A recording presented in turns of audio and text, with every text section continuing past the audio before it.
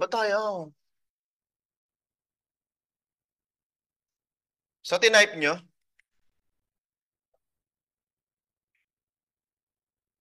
Sa akin na yun eh.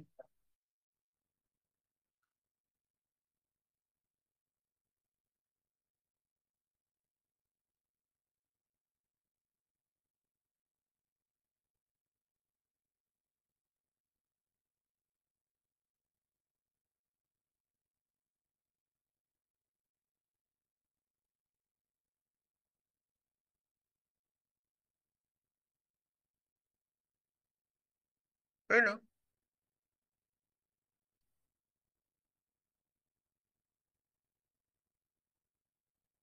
Yun. Ah,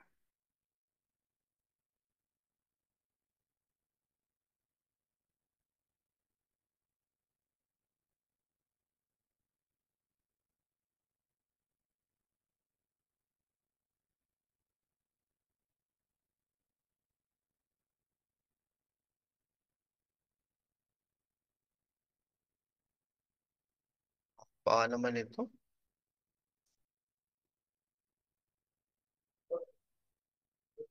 Tapos malipan.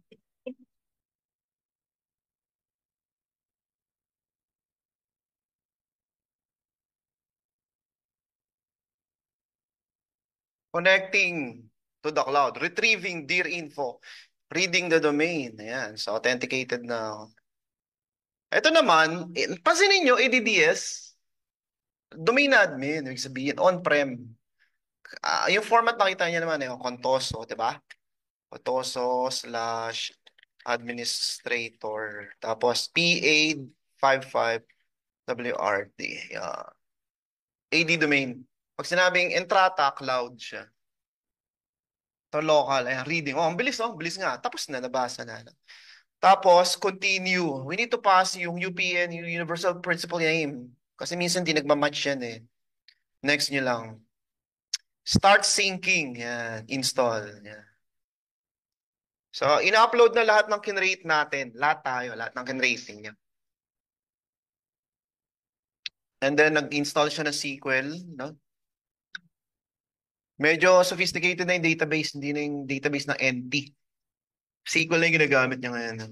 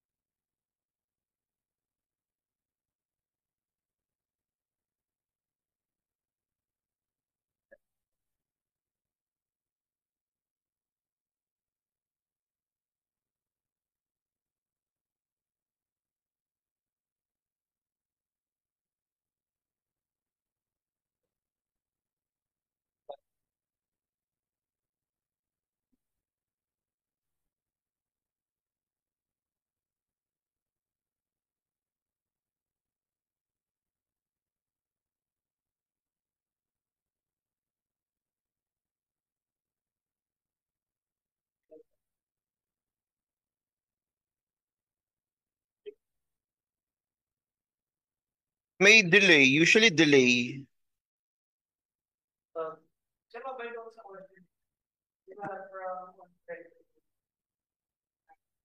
Hmm.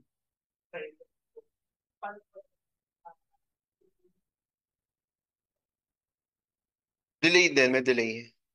Mga 30 to 60 seconds. Dapat automatic ka. Kahit saan ka gumalaw, sir, kung on-prem or sa cloud, dapat magsisync siya kung Oo, kahit saan. Dapat magsisync siya, automatic na yan. Paano sir kung halimbawa si on-prem nasira? Paano namin Okay gagamitin lang. na nasa? Hindi naman siya na-delete eh. Nasa cloud lang siya. So, you need to rebuild. Rebuild kayo ng AD. Tapos sync up ulit. Meron po kailangan gawin doon sa mga client computers na naka-join doon sa on-prem para mag-connect naman siya doon sa nasa cloud since temporarily yung nasa on-prem ay sira. Hindi, mag-authenticate ka naman sa Active Directory. So, sa cloud ka mag-authenticate. Let's say nasira AD mo, you need to rebuild yung AD talaga, locally. Tapos sync up, then install mo Entrata, then sync up. So, da-download niya lahat yan. So, bali gagawa ka lang talaga ng panibagong domain controller and yung lahat ng configuration, yung nasa cloud na bahala mag-sync. Hindi, add domain to an existing domain. Yung first option. So, gagawa ka lang ng domain ulit. So, re-restore mo yun from backup, di ba? So, pati mga AD user, no, mare-restore din. Ganun. Pero kung totally nawala, pwede ka mag-sync up from here. Tagal mag-sync up, dapat nabilis lang yun. Marami tayong ginawa, no? Pwede natin i-check. Check mo. Punta kayo dito sa Azure.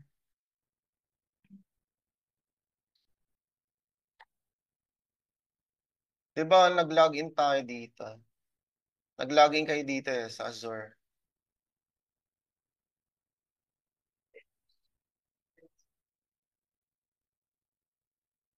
Ayan. Diba? So, type nyo lang. Ganito yung tsura niyan. Home. Di ba naka-home kayo? Click nyo lang Entrata. Tapos manage. Nakaganyan yan eh. Click manage. Click users. Tingnan natin kung sync up nyo.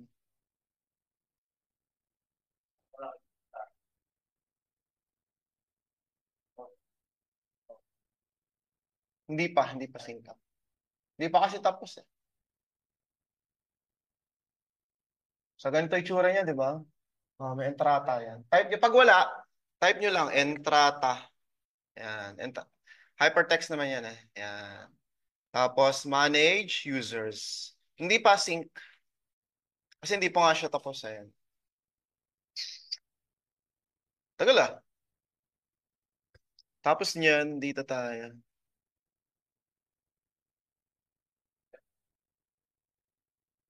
Yung sa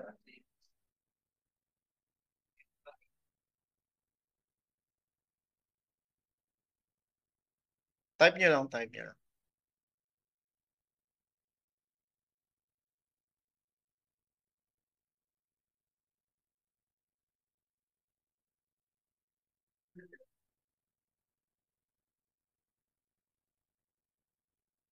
So, dito na tayo dapat. Yan. Di ba dito? In-enter natin. Step 9, continue matching. Make sure Stark is enabled. Click sync. Okay. Sa step 2 naman, exercise 3 pala. Exercise 3, verify. Okay. Pag tapos na kayo, verify na natin yan. So, verify sync in portal. Then, verify sync in service manager. Update a user account in AD. Create ka ng isang AD account, sync mo, tingnan natin kung nag-upload, kung real-time ba talaga or hindi. Hindi siya real-time. So, ayan, ang tagal naman ito. Tayo natin.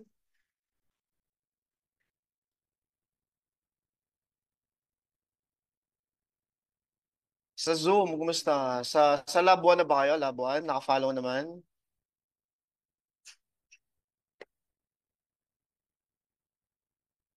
Question lang pag hindi naka-follow.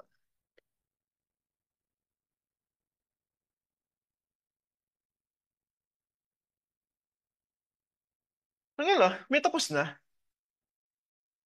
Isa lang. Ilan ba tayo? Walo pala tayo. Nagsisync up. Kaya pala busy. Isang domain lang kasi yan.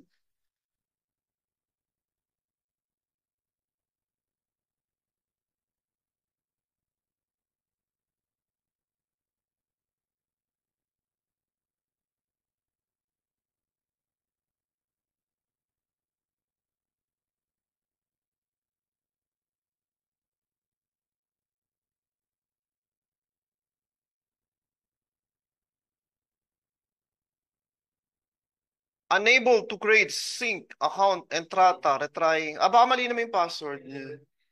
Retry niya lang, retry. Nag-time out siya eh. Tapos, congrats.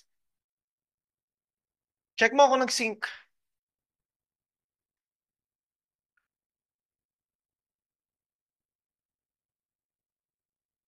Kailangan yung mga kinrate na ID, like Anderson, nandun na sa portal.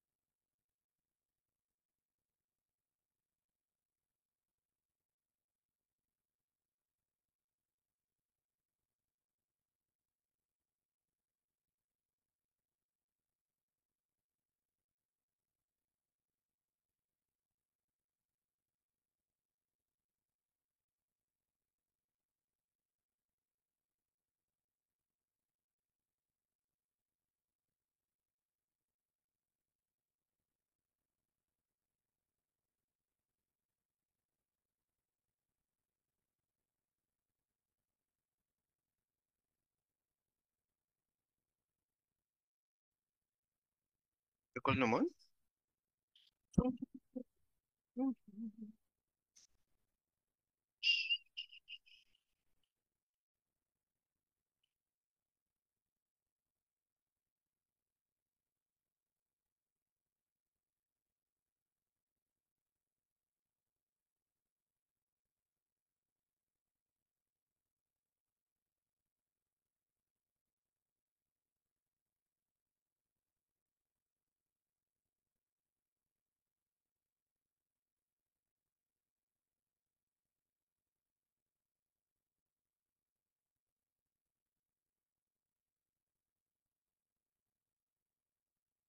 Wala yan, may delay yan. Delay.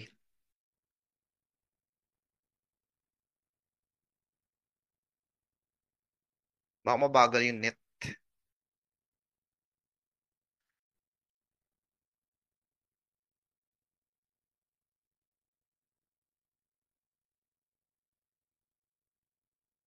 Iwan na lang natin yan. So, proceed na tayo dito sa next task kasi meron pa tayo isang lab din. No? So,